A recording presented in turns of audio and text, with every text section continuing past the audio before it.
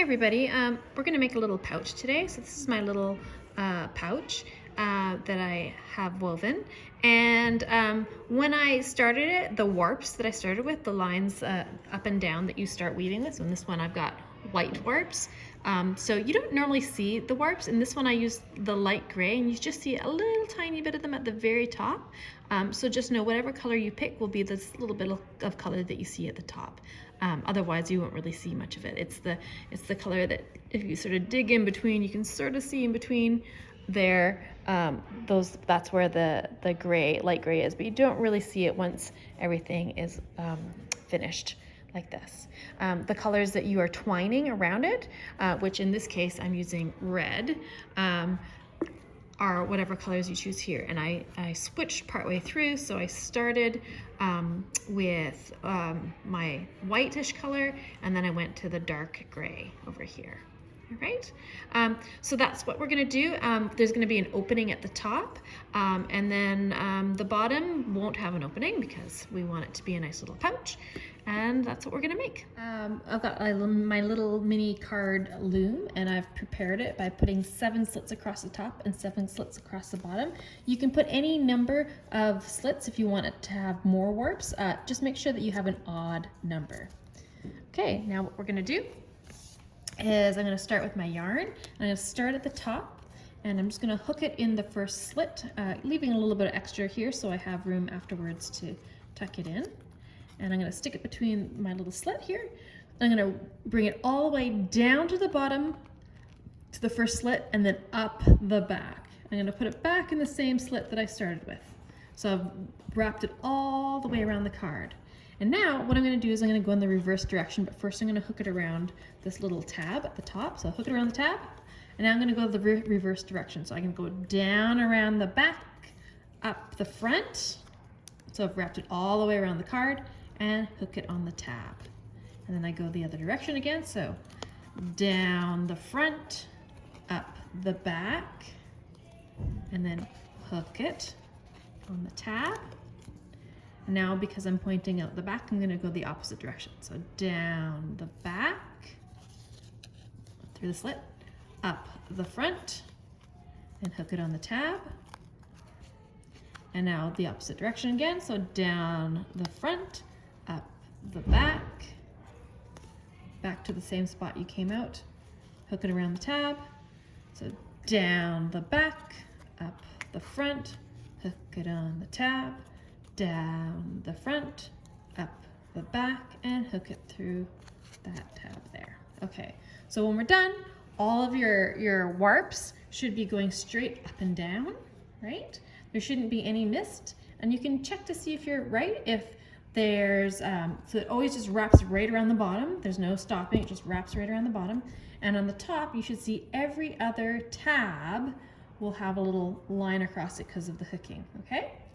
So the reason why we're doing this is because later on, once we're finished our weaving, we're going to start at the bottom and work our weaving all the way up to the top. And when we get to the top, we can just pull it off the tabs, and then it'll have an opening at the top, which will be the opening of our pouch. Okay, there you go. All right, so now we're ready to do our weaving, and the style of weaving that we're going to be doing is called twining. So I've chosen a separate color just so that it's easy to see what I'm doing. You can choose the same color if you like. You typically won't be seeing the colors of your warps once we're finished, except for maybe at the very, very top. And what we're going to do is we are going to twine by creating sort of 2 strands twisting around each other. So I'm going to take some of my yarn here. You can work with a very long piece and then just add on new pieces if you like. I'm just going to unroll my yarn here and put it into, sort of fold it in half. So I've got 2 pieces here, and I'm just going to snip it because mine's a little bit long, and I'll just add in more yarn later if I don't have enough. Okay. Now what I'm going to do is I'm going to take my end here, my little loop where it's folded in half, and what I'm going to do, and it's okay too, you don't have to have perfectly matched ends. It's actually kind of nice if they're a little bit slightly separate lengths, because that means if I run out of yarn, when I add in other bits of yarn, they won't be in the exact same place. But I'm going to take this end piece here where it's kind of folded in half, and I'm going to loop it around the bottom of my very first warp here. So I'm just going to stick one end underneath like this and pull it through like so, so that I'm ready to begin. Okay. Now, some people find that these little bits, if your slits aren't very deep, sometimes they find that they pop out. So if you're finding that they're popping out of here, you can just loop it around and sort of tie it on a little bit here to keep it snug. But if they're staying in place, then you can just leave them here as well. I've got my wool attached, but I could also just cut this off. I don't really need it hanging off the end right now, so I'll do that so it's not attached. I can put this out of the way. Okay, so now what I'm going to be doing is I've got this looped around the bottom of my first warp, and I'm going to take the one that's on the outside, and it's going to go over the one that's below here and under my warp. So I'm just going to stick it underneath here and pull it through. Okay. Now I'm going to take the one that's the furthest away, the furthest from the edge, or like I just finished this one, so I'm going to take the one that's behind it, and it's going to go over and then under this warp here. And that's all I'm going to do. I'm going to keep on working that, and we're going to go through that same pattern over and over. So I'm crossing over, I'm taking the one that's furthest behind, and it goes over and then under your warp. So over and then under. Okay, and just keep on doing that. Try not to pull it too tight. You don't want to squeeze all your warps tightly together. We just want to let it stay about the same width as when we started. So over and under here. So grab this, and you notice they're sort of twisting around each other each time. And we're just going to take it over and under. Now, when we get to the end, we're just going to turn our card over and keep on going on to the other side. Okay, so I've flipped it over. I'm going to take the one that's the furthest behind, and all I need to do is wrap it around the edge and go under the next one. Okay, keep on going so it goes right around the edge. And then again, the one that's further behind, so take this and under the next one. I'm going to keep on going. And when I get to the other side, I'm just going to do the same thing.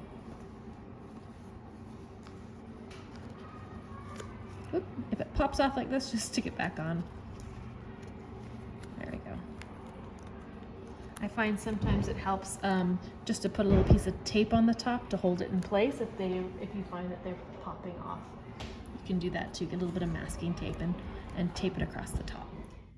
When you get close to the end, make sure you shove down all of these so that they're nice and tight, and then you'll have a little bit more room at the top. All right, when we get to the very end and there's no more room to do any weaving, what you're going to do is you're just going to slip off these little loops here. So you're just going to take off these little bits here. We'll take them off the little bumps here. You're going to take them off so that they flip right off. And once you've done that, you will be able to slide the cardboard out of your little pouch. There we go, so pull them all out like this. And then here's the little cardboard, and it can come right on out. Slide it right in and off. And you've got little loops here, those are the loops, and if we just sort of snug it tight a little bit in the loop on the end, right here, just to give it a little extra security. And then you just give it a little snug little pull like this, like that. It's being tucked inside. So here, I'll show you again. So I'm just tucking it down inside along the warp line that was there. And then you can snip it off. So it's sort of tucked in underneath like that. And then what we can do is we can, there's a little bit hanging off here too. And then we're going to turn it inside out. So that the nicer ends are inside. So what I did is it was like this. All my ends are showing, or my loose ends here, and now I'm going to tuck it inside out like this. And I've got my nice little bag, like that. There you go, you've got your little pouch. So hopefully I'll just lift it up a little bit so you can see a little bit more. Your nice little pouch, and you are finished.